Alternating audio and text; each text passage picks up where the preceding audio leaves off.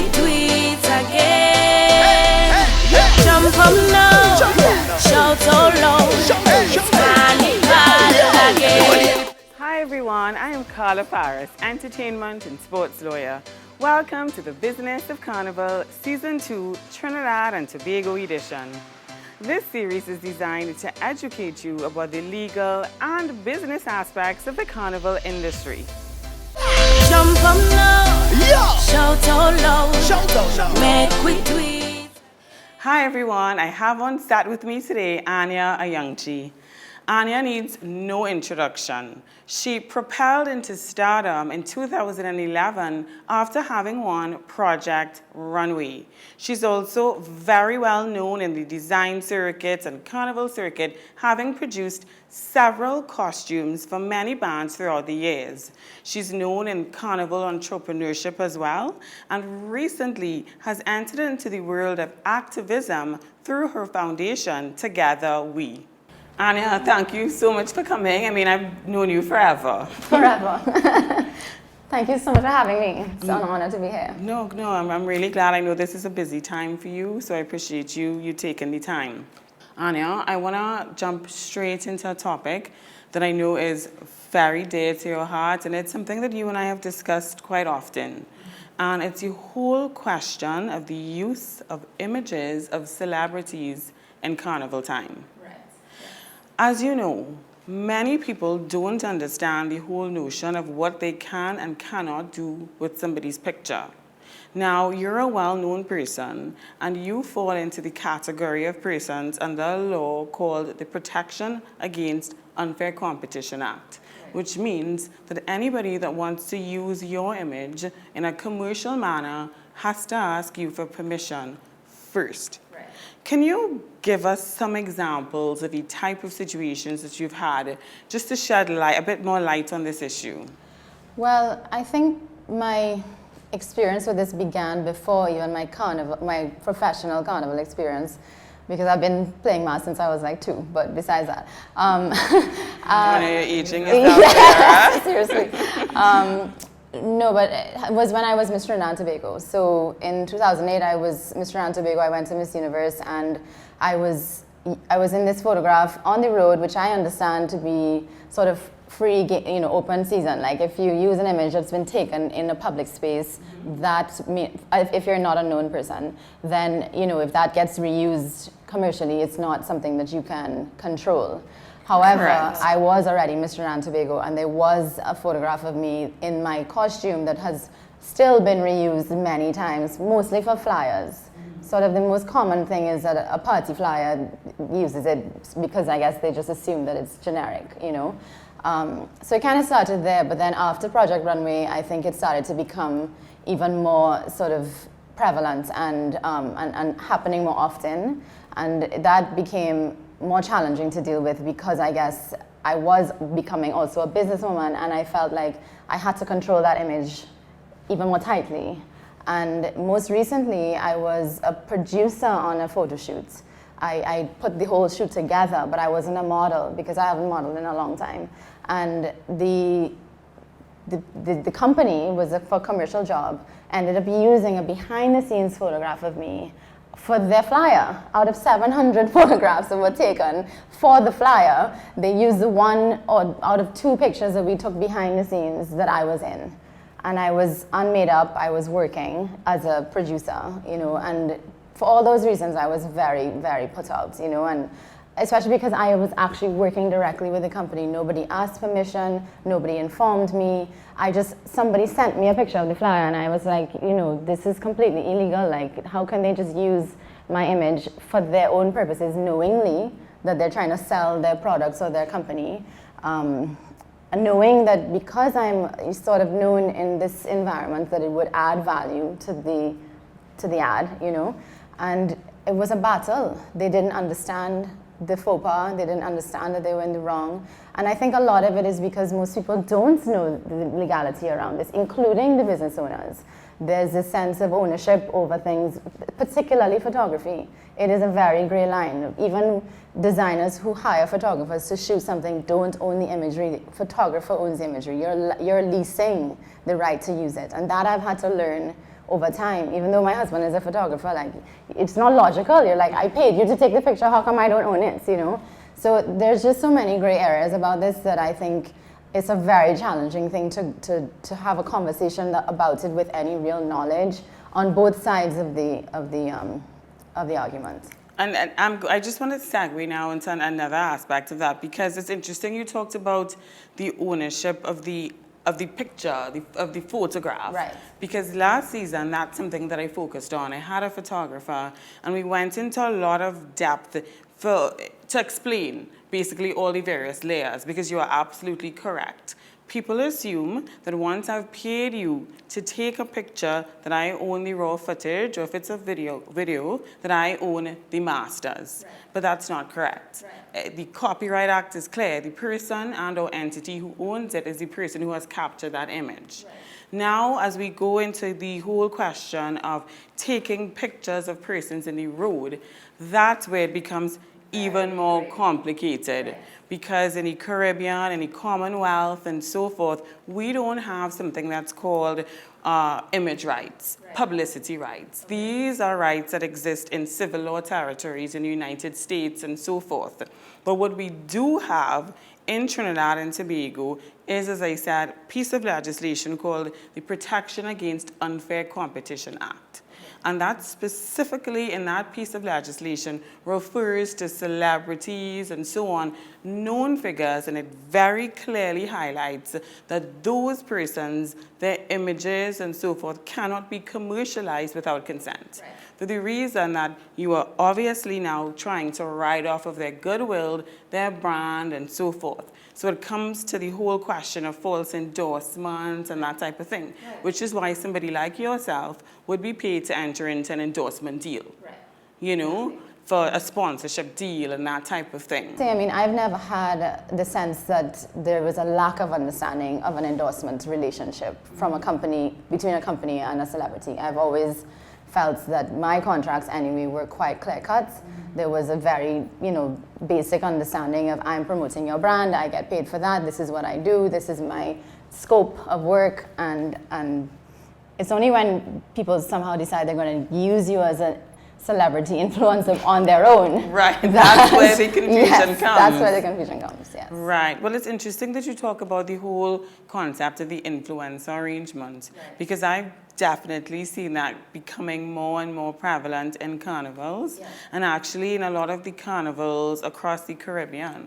They're actually tapping into the influencer model to promote things like carnival events, yeah. Promote things like different designs within their band, promote sections and that yep. type of thing. Totally. And even those, and especially those, are contractual arrangements where they say, look, we are using this particular person's image, we are slapping their logo, onto a product that we are also cross-promoting in order to be able to leverage, yeah. What we both want to get out of this kind of a deal. Yeah. And as you mentioned, ad agencies, I definitely believe that a lot of the ad agencies, not just in Trinidad, but across the Caribbean, really need to be taking a hard look at the strategies that they use, yeah. Not just in terms of persons like yourselves, but also in terms of persons like models. Yes. Carnival, whether it be carnival models or whether it be persons who are professional models. Yeah. Well, I mean, the first company I ever started was a talent management company, and part of that was because my husband, he was my boyfriend then, but together we understood, having worked in New York, that there was not enough structure for the talent. And so we started to put in place basic contracts and sort of educate, as much as we could, the talents to demand contracts, to demand duration, to demand terms of use, all of those things. And I think in the 10 years or whatever since we did that, there's definitely been a growth of knowledge. I had a model just do a shoot for me, and she was the one who read through the contract and said, where's the duration? And I was like, whoa, like I'm supposed to know that, and she was right. I mean, she's one of the most professional models in the industry. But it was like a sort of, well, whatever, we started, not that it was just us, but since then, definitely there's been an increase of awareness from the talent side. But does that mean that the agencies know? I don't know. I can't say, I'm not saying they don't. I'm just saying I don't know. But I think usually it's the status quo sort of entities that take a little longer because it's not in their favor. Exactly. So they're not gonna, unless you have a strong model who's demanding these terms or I'm not doing the job, which is a tough position for the talents to be in. There aren't that many jobs to be that picky. But if they do, then and on top of which is demanding the quality, the type of fees that match their standard. That's also something that I think needs to consistently be addressed, not undercutting the talents. And that comes down to terms, because when you look at terms, you can justify. You can't get the same amount of usage for the same price, like you're saying. But the talent usually has to start from the talent or a manager of the talents to demand that on their behalf. I completely agree with you. I mean, only last week I heard about a situation with a model, and this isn't specific to an agency. This actually is a Carnival band. Right. So they had their launch and whatnot. As you know, everybody has their band launches, and this particular person was promised a specific fee. Right. The launch went way over the period of time that it was supposed to have gone on. Mm-hmm. This person was there from something like 7 a.m. in the morning until midnight and got one set fee. I think she was given a sandwich and a bottle of water. For the whole time? For the entire day. And then afterwards, when questions are raised and so forth, the thought process is, and in fact what she was told was, you know how many other girls would have taken the job? Exactly. Why don't you just go and work for somebody else? Exactly. And I think the point that you raised where you say it starts with the talent, Anya, is really what needs to happen in this industry, not just in terms of models and so forth who want to work with bands and agencies, but just in general, because once they start to raise their standard, it helps everybody else. 100% agree, 100%. And it has to be a sort of collective movement forward, because if another model undercuts and is willing to work for 36 hours for a bottle of water and the same fee, then everybody loses. So there is an inconsistency from that standpoint as well. So but I do think that it's all of the time that I've been working in this industry in various different ways, there's definitely been an improvement, and we are going in a direction. So I like to celebrate the positive aspects, but there's still a long way to go. There's no question about that. And talking about a long way to go, I noticed that the industry is really exploding in terms of persons who, of course, are interested in fashion, design, modeling. And when they ask about Carnival, the first thing that they think is, you know what, I should probably get into designing Monday wear, or I should produce a section for a band and so forth. But I find it very interesting that in parts of your portfolio, you were creative director for Lost Tribe and so forth. So help anybody who's listening to this discussion to understand, what does a role like that entail? As creative director of the Lost Tribe, it was the first year of the Lost Tribe, and I was part of the forming of that first band, the design of the first band, but also the feeling of the band itself, the brand, which I thought, my background is actually in communication design. That was my degree was in. So I have a lot of sort of interest in branding, and so branding a Carnival band, and I don't mean the logo, I just mean the personality of it, the purpose of it, the mission and all that was very exciting to me, and especially a band like the Lost Tribe that is about sort of merging what mass was with contemporary mass and taking it forward. So I can't see why somebody wanting to be in Carnival sees the bright lights of being a section owner and a designer of a section and having a Monday wear line. And this happened to me, following Project Runway. I did see sort of this surge of people wanting to be fashion designers, but not realizing that an industry cannot sustain itself on fashion designers. Because who's sewing the clothes? Who is doing the marketing? Who is running the business? Who's doing the fashion business side of the fashion designer? You need all those roles. Who's doing the PR? You know what I mean? There's so many roles in these industries that are underserved and underappreciated, underpaid, but are entirely necessary to the functioning of an economy. It's one thing to have an Instagram aesthetic of you have a Monday wear line, but what does that really mean? How much money are you making? Is it sustainable? Are you going from carnival to carnival to carnival? Do you have repeat customers? How are you sourcing? What's your profit margin? Who is marketing your brand? Who's your audience? What's your demographic? One designer cannot do all those things. You might start off doing it, But if you build into a brand, you eventually have expertise in all of those areas that support you.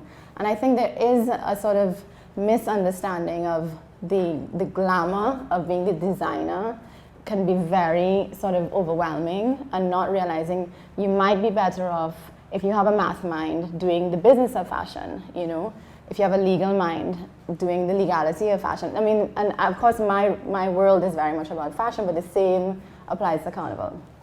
So I think it's a really important emphasis that you're making, that there are lots of roles that are not even considered. And it's not that there are people who are meant to be designers, but also there are people who are not meant to be designers. That's 100% true. You know? People who believe that it's just a trend and they should just jump on the latest thing. Yeah. An ideological shift is really needed to help persons to understand the business aspects of all of this, Yeah, and it's exciting to be, a part of a big machine. Like when I say I should put that differently. It's exciting to be in a role that suits you in the industry that you love, but it not necessarily be the thing that you're seeing in the bright lights. That's not always what's meant for everybody, and it's also not always that glamorous. I know that sounds so cliched, but it's not. I mean, in fact, that's my role now with the Lost Tribe, consulting for them on establishing new opportunities outside of Carnival. Outside of Carnival, not just outside of our Carnival. I mean outside of Carnival at all, because I look at the Lost Tribe as an incredibly strong brand. People who don't know about our Carnival just see incredible workmanship, beautiful design. They don't even know what the costumes are for. They're just like, what is this? Who made it? Where did it come from? Why are you making it? You know what I mean? And that can be plucked out and put on Broadway. Like, it doesn't have to be about Carnival, because the skill sets are there, the experience is there, the depth of our history is so rich, and it applies, like you say. I mean, there's overlap with Mardi Gras, there's overlap with all sorts of layered post-colonial, we can go on and on about that. And I think that it has legs in many different industries besides Carnival. Anya, that's precisely why I created the Business of Carnival brand and the show, because I want to demonstrate the core value of Carnival, not just in terms of the fun, the festivity, but the business aspect, and helping persons to understand sustainable business models. And I know that this is something that you understand, because I know that you are soon relaunching the Carnival brand. Help me understand exactly where this is going. I know I've been to some of your events in the past, and I know that it's being launched on an electronic commerce platform, which makes a lot of sense, because technology, of course, is the future. That's where we are now. Yeah, so in 2013 I launched Carnival, which is my name, Anya, and Carnival in one. And it was the first of its kind at the time e-commerce platform for fashion that relates to Carnival, but specifically Monday wear, which was just emerging into the commercial space. So Carnival is now an entire full-fledged fashion for Carnival platform, featuring designers from around the region and philosophically creating more avenues for Caribbean designers to have access to a wider market, and have access to more revenue streams and have more independence around building their brands.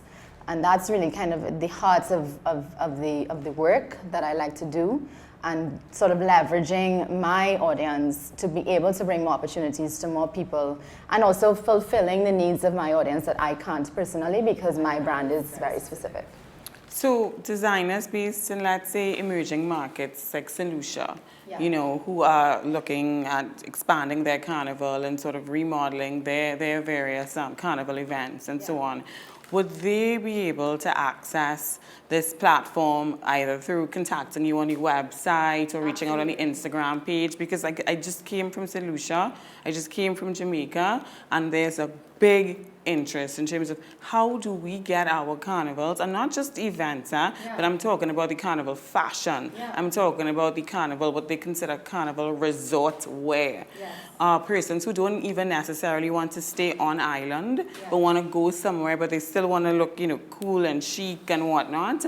How can they get involved? Yeah, well, I mean, the website is launching now, and they can email us at team@carnival.com. and that's C-A-N-A, sorry, I can't even spell it, C-A-N-Y-A-V-A-L, and .com. And yeah, I mean, we are very interested in featuring emerging designers from across the region to give more opportunity, like I said, to people who may not have the sort of access that we have, who may not have the expertise that we have in Carnival. And it comes back to what you were saying earlier. We are being able to sort of, maybe the designers are not asking for this, but we need to make sure that the product is up to scratch. So we do reject work if we don't think that it's up to scratch, but we don't reject it without giving feedback, suggesting ways to improve, showing the gaps so that they will eventually be able to sell to a global market. But that being said, we are very open to and eager to sort of help people get there. Introduce them to new producers, give them the knowledge, help them source better fabric, all the things that we've learned over the time of being designers ourselves. It's Keisha, Alves, and I, and being entrepreneurs ourselves and doing Carnival for a few years. Can you please share your top tips for persons who want to enter the fashion industry specific to Carnival? Well, one of the first things I always tell people who want to be in fashion, whether it's fashion for Carnival or fashion, is to spend as much time as possible establishing your voice. There are 1,000 million designers out there, as we discussed. The best thing to have is an individual perspective.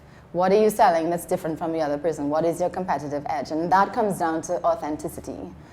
So that takes deeper work, you know, but I do think that it's important to find your voice and to express your voice and to find ways in which to make that known to your audience. I would say use as many available, accessible, free tools on the internet as possible. You know, there's trials on Squarespace, there's Asana, there's Slack, there's so many workspace, project management, accounting, everything you could possibly need as an entrepreneur is available to you most of the time for free. So maybe you don't know all of those things, but Google is your best friend. That's tip number 3. Google is your best friend. Google anything, everything is online. There's always an option. There's always something that's going to help you that you may feel stuck around. But there's so many entrepreneurs in the world right now who have the ability to create tools and troubleshooting for people like us. So I think, I think this comes back to what you were saying earlier, think big. We come from an island, and it's a wonderful place, and we're very lucky to be from here. But it's an island. There are only 1.3 million people there, probably a little bit more, because who knows how old that census is. But, you know, there's not that many people that you can't scale a business on an island. But you can scale a business across the diaspora. You can scale a business across people who are interested in fashion that can be worn in many different ways besides Carnival. You know, I think thinking on that level, knowing that you have access because of the internet, and having the courage to be yourself, that combination is a winner. Okay, wow, Anya, this has been a wealth of information.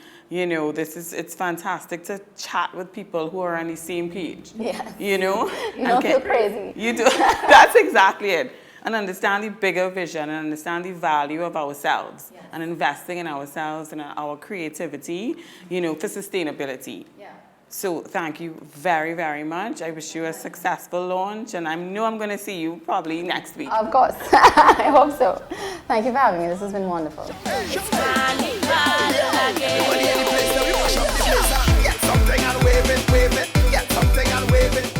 This has been an enlightening discussion with Anya, Ayoung-Chee.